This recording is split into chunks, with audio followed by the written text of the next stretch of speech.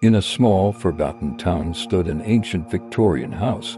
Locals whispered that the place was cursed, but one family, desperate for a fresh start, ignored the warnings and moved in.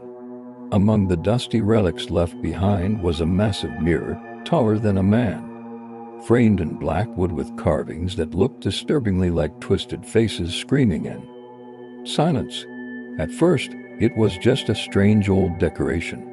But the youngest daughter, Hannah, began to notice something unusual. Whenever she walked past the mirror, her reflection lingered just a second longer than it should.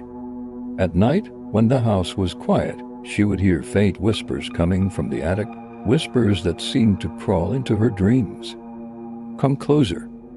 Look deeper," they said. Days turned into weeks. Hannah became obsessed with the mirror.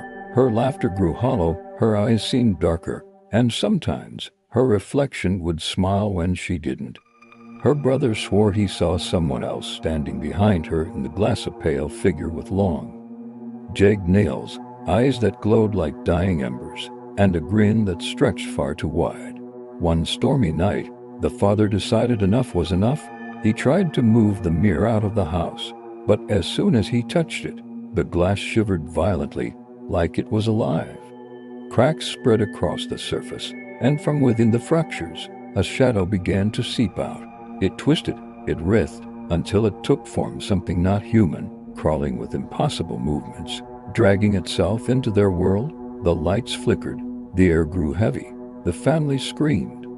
But the sound was swallowed by the thing's chilling voice. "You cannot hide from what you've invited." One by one, their reflections in the shattered pieces began to move on their own, pounding against the glass as if begging to be freed.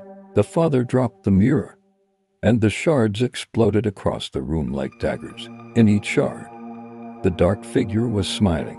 When neighbors came the next morning, the house was silent. No family, no signs of life.